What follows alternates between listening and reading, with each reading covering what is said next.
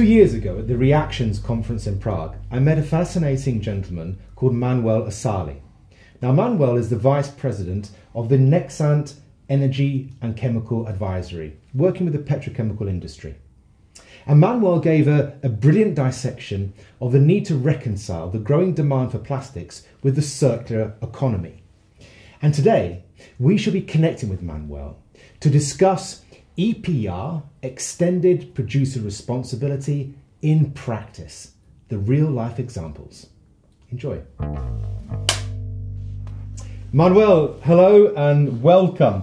I want to talk with you about the concept of Extended Producer Responsibility, EPR, and in particular about EPR in practice. So perhaps you could tell me a bit about what you understand, what examples you've seen, real life examples you've seen of EPR in practice.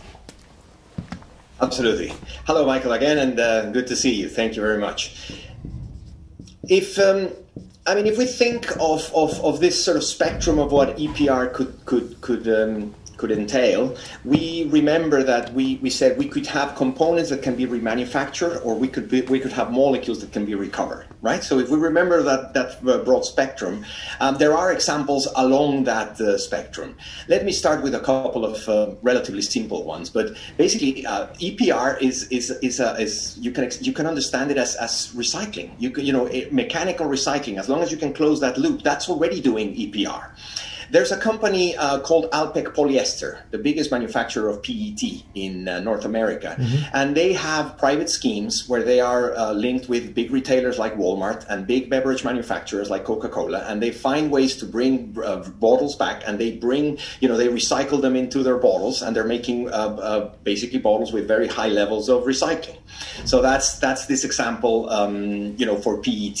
Okay, and that PET bottle recycling process, mm-hmm. what did it require? Is this requiring new efforts in better communication between producers and consumers, or is this new incentives from governments and legislators? No, it's actually more a private scheme, which has been done by these companies along that value chain. So this is a purely voluntary private mm-hmm. initiative.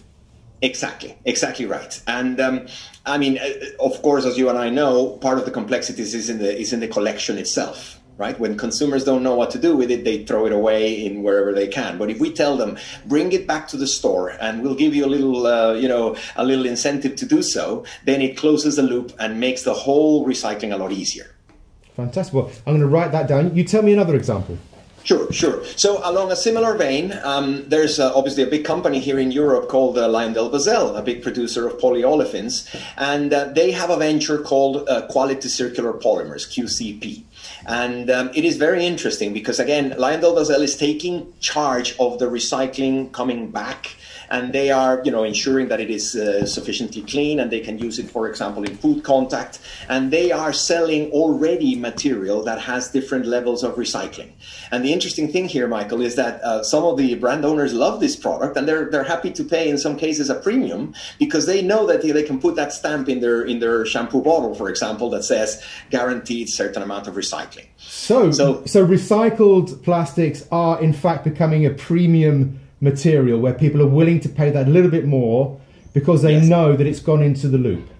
Exactly right. And the manufacturer guarantees that the recycling is clean and sufficiently good to be able to sell it with their brand. So that's evidence that environmental value has a monetary value. There's actually a premium there. There is a market for that recycling product.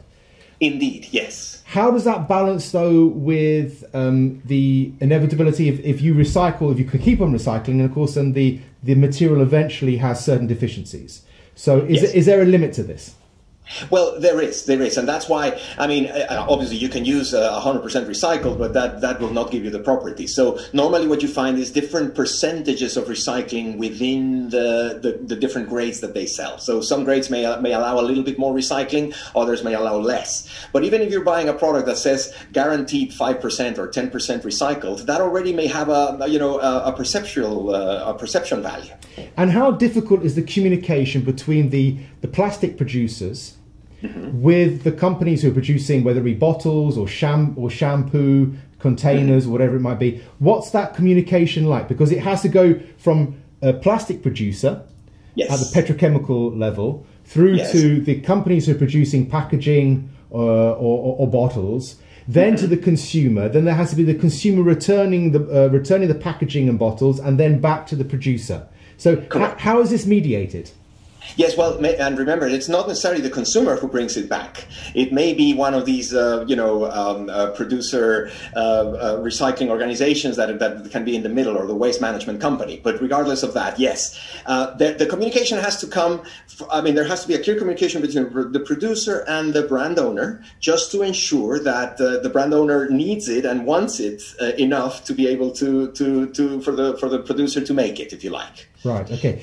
Do we have any idea of? Is it a significant percentage now where we're getting mixing recycled polymers into the polymer stream? Yes. Well, it's not very large. It is. It has only started in the last couple of years, and it's growing. But we do see it growing, which is an important indication. But let me give you a different example, Michael, because there are other ways in which we can think of this too. We could also recycle the molecules as raw materials, as feedstocks. Well, you mentioned that, and I've got an exciting example for you, because here in Central Europe, in the Czech Republic, where the major petrochemical company is ORLEN, Unipetrol, and they've got a fantastic project called Pyrolysis, where they're actually recycling plastics back to the raw materials, back to the molecules, as it were, using the technique of pyrolysis. So they're heating the waste plastic at temperatures and in the absence of air, such that you actually regenerate the initial molecules which are used in new virgin polymer material production. So and the idea is, the concept is to have a wide net. So the project Pyrolysis is going to look to work with not just people and companies and waste in the Czech Republic, but further afield, all the way through Central Europe. And it's going to aim to bring all that waste material to one spot, and then use the pyrolysis to make significant quantities of new plastic, which I think is a great idea.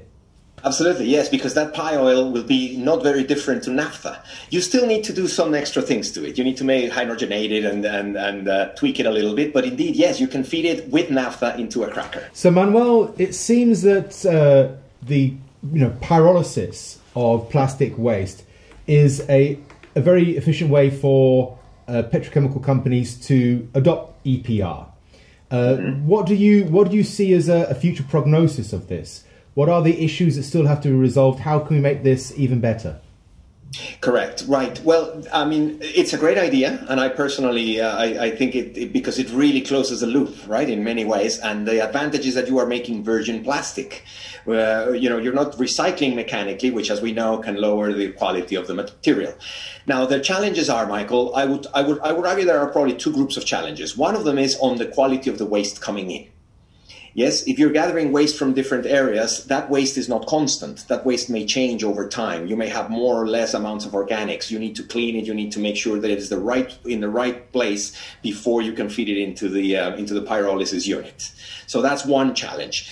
The second challenge is you cannot completely substitute naphtha. I want to make it very clear. You can only add a couple of percentage points. I don't know if it's a couple, but it's certainly not a big number. From what I know today, the people who are doing this in practice are adding somewhere around 5%. I know they want to grow it, yes, and I think that's the main trend. We're going to try to add as much as possible. But the problem is that if you add too much, you could have problems in the furnaces in the cracker. I see. So it's about sort of mixing up the synthetic naphtha with the natural resources, and then working on new technologies that allow us to increase the amount of recycled input into that whole process. Yes, well, correct. Well, it's great to know. It's great to know that there's a lot of opportunity still for us scientists and developers in that area. But Manuel, we've been talking about EPR in practice, and you've given us some wonderful examples of what is actually happening now. Let's look a bit into the future. If I hand you over a crystal ball, right. Where do you see the trends going? Where in the petrochemical industry can we expect to see further implementation of the EPR philosophy? Absolutely. You know, I think that the main change in perception, Michael, is that we are finding that there's a lot of value in waste. We just need to be able to use it better. So, okay, so and do you have any, so value in waste, that's going to be driving everything going into the future? Well, yes, indeed, and I think that's where a lot of the work has to be done, right? Because the more, as we said before, the more professional we become with managing that waste, you know, you can get recycled product for mechanical use, you can get raw materials, you can get energy, you can produce power, okay, right? The sophisticated waste management companies are doing all of that already. So all this opportunity you're talking about, tell me, Manuel, okay, very very briefly, where do we need to up our game? Where does the petrochemical companies need to up their game? What can we focus on to make more use of all this opportunity?